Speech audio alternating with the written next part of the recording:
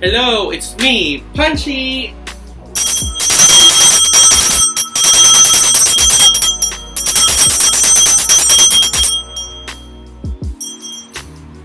Alright, so today I'm very excited kasi gagawa tayo ng mood board, gagawa tayo ng theme at saka peg ng ating tiny house.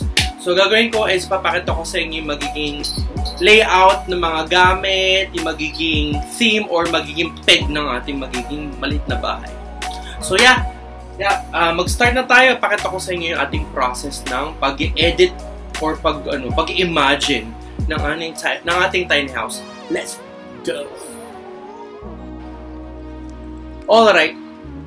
So, mag-start na tayo, guys. Mag-edit. So, meron ako ditong iPad. I also have an Apple Pencil.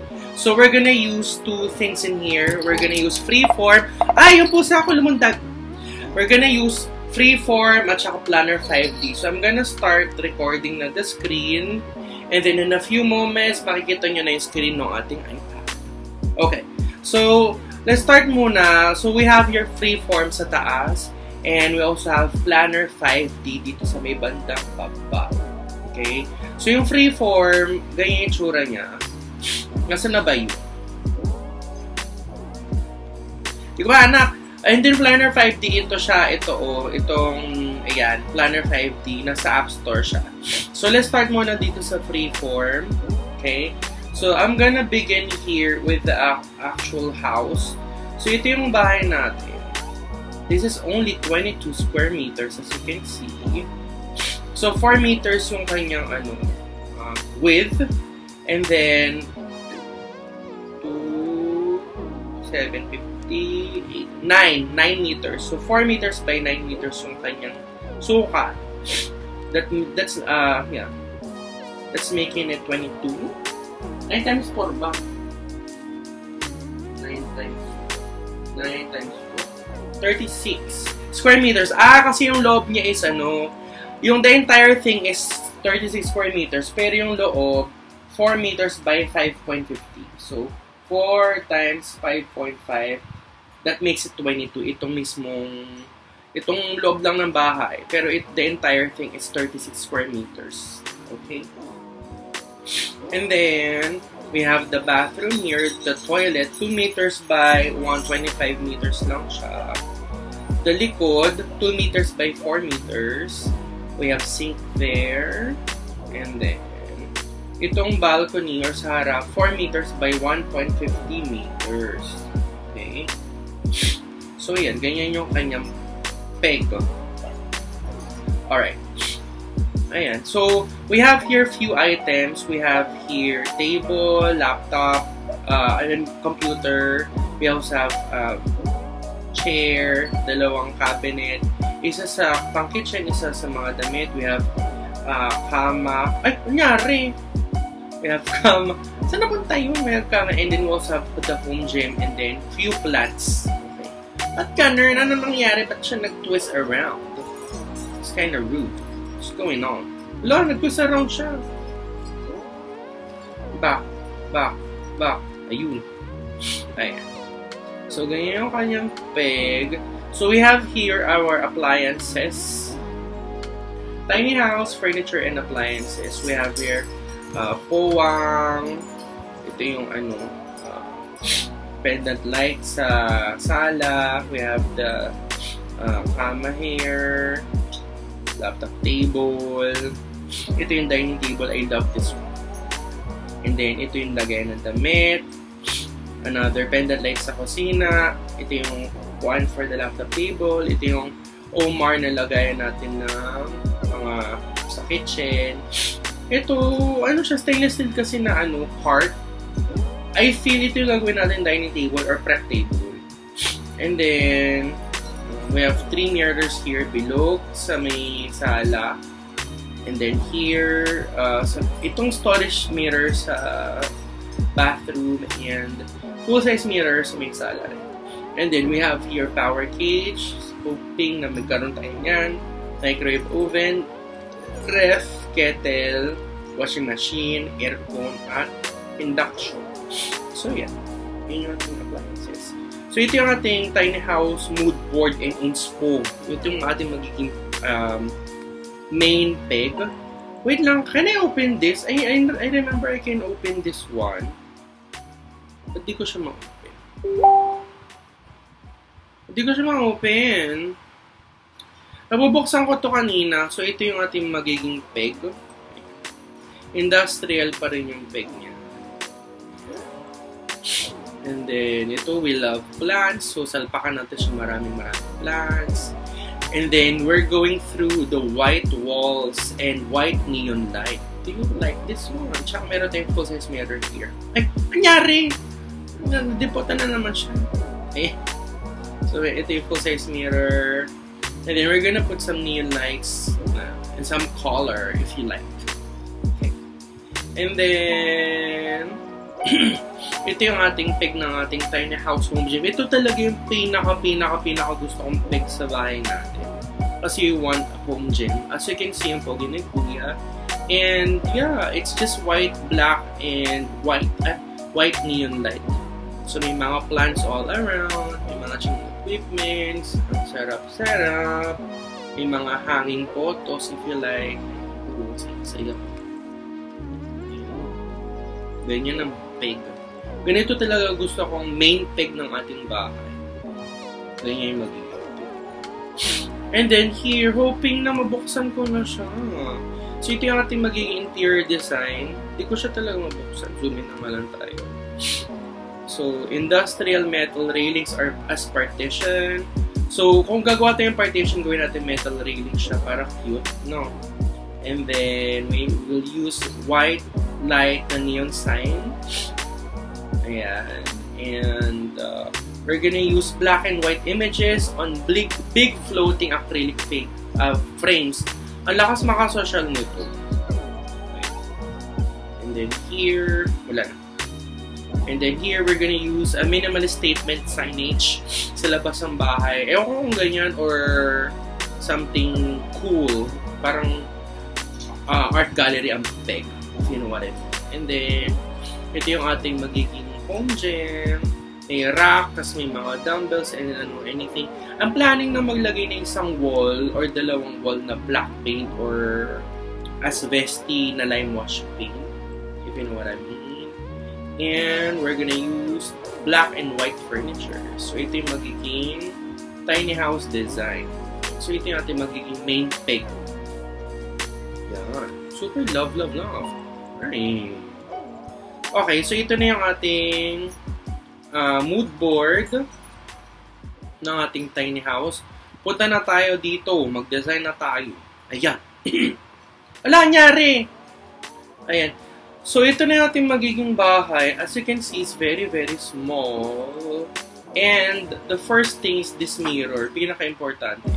Ito pa yung tamang itong mirror, I want to put this over here para either kapag nabubuhat ako, nakikita ko sarili ko, or kapag selfie, if you know what I mean. Lagyan natin siya.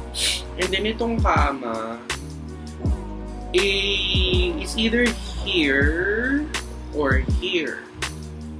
Kasi ano siya, magiging ano siya, kamang magkapatong. Kapatong siyang ganyan. So, pwede mo siya ganyan. It's either ganyan or what we can do is either ganito. Ganyan ang peg. Or we can orient ng pa ganito. Kunyari pa ganyan siya. Tsaka naman naka-usli. Pero we can use it like that. No.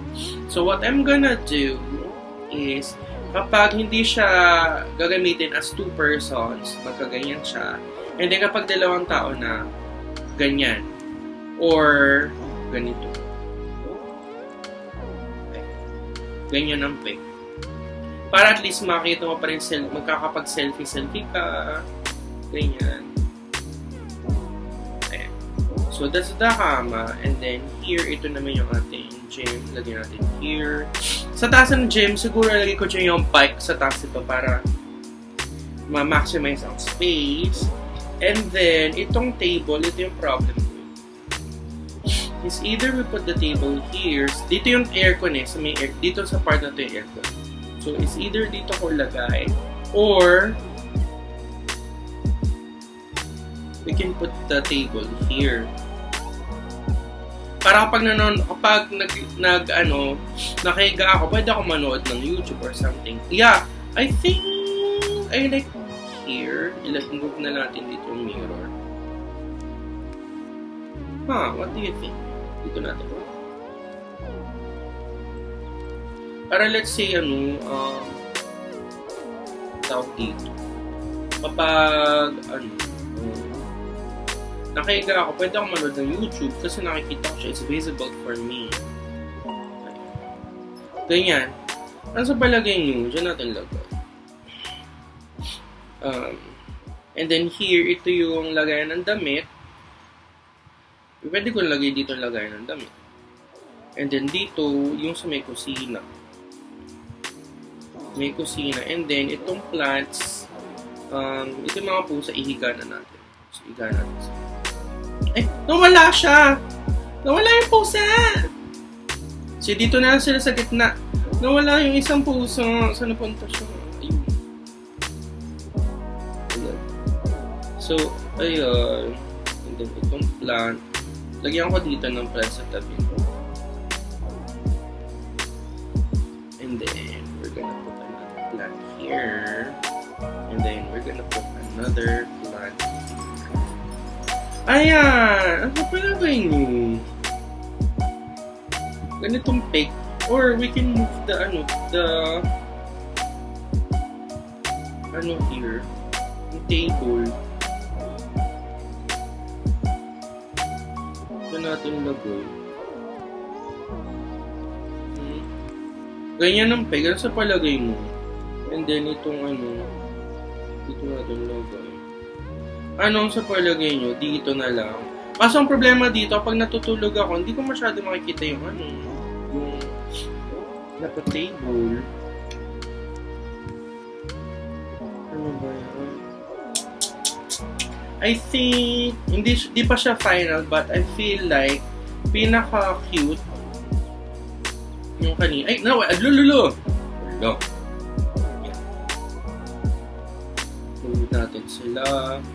Ang saya-saya, So, yan. On. Hindi mo ito. Computer. And here. Yung dining table, sa susunod na lang. Pero I feel, sige, lagay na tayong dining table.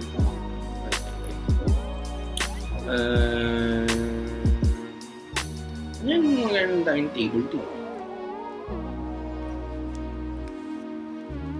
Tables and chairs. Tables. Coffee table. Dining tables. Kunyari ito. Ang laki niya, sis! Look. Laki niya. Lulululu. Not this one. Ito. Lalaki na lang. Ito, bilog. Ganyan muna, So, ganyan. Oh my God, ang sikip! Ano na lang, yung flita yung gusto ko Yung,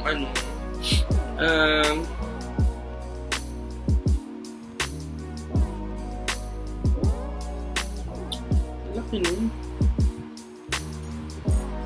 Coffee tables. Ito na yung coffee table. Ayan, coffee table ko niya. So, ganyan yung kanyang peg. So, ganito yung ating magiging peg so far. Let's see the 3D. 3D. Ooh, alright. Ayan, so, ito yung labas. Ito yung pinto. Ayan yung kama natin, guys. And ito yung lagay ng damit. Ito yung gym. Ayan, naglagay na ako ng isang wall na black or asbestos para it screams like pancho pa rin. And then, ay, wala nangyari. And then, we have, ano to nangyari sa, flip. Ayan. So, ito na yung mirror. Ayan yung mirror. Cute naman. Let's move it here. Makapag-selfie pa ba tayo? And then we have the table here para kapag nagtatrabaho or kung yan, nakahiga ako, makakapanood ako ng YouTube. Diba? We have the plant there. We have the 4 pusa. Ito yung ating storage for the kusina. Ito yung kunyari center table. We have the ref, lutuan, the sink. The bathroom is very, very standard. And we have the washing machine over there. Ayan, so ganyan. Ganyan yung peg ng itsura. Twist. Ayan. So, ito yung magiging peg ng back natin. Ayan, nangyari. Ano eh, hilong-hilo na. Ayan. So far, okay naman siya. Ayan. Ganyan yung kanyang peg. Cute, no? Very simple, but deep. Screenshot natin. And then, after natin screenshot, ilagay natin siya sa freeform para sa final na.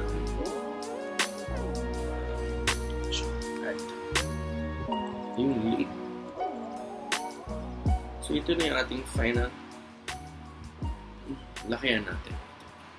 Ayan. And then, sulat tayo. Punches tayo. Excited na ako. Eh, ba't ka na? Ang nipis naman ito. Gusto ko na makakasin.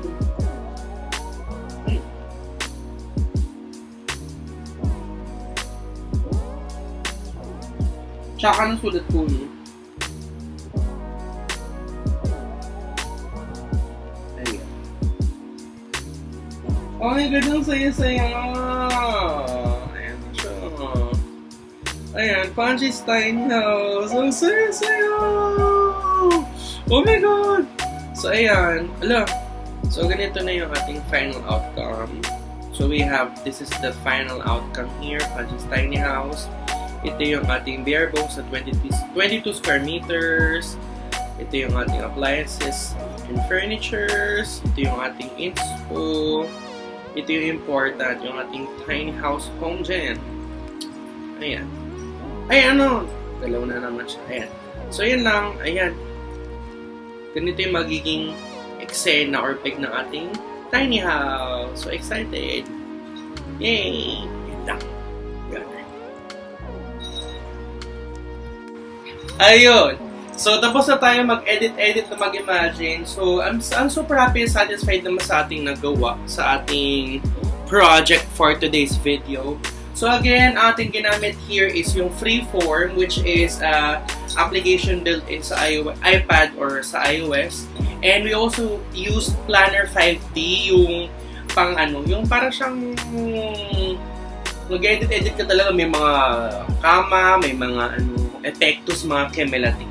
So, yun lang. So, I'm really excited and gusto ko na talaga mag-design ng ating maliit na bahay. I'm excited na lumipat doon at magtali-tali. Okay? So, yeah. Thank you so much for watching my vlog, guys. And I love you so much. Bye-bye! Mwah!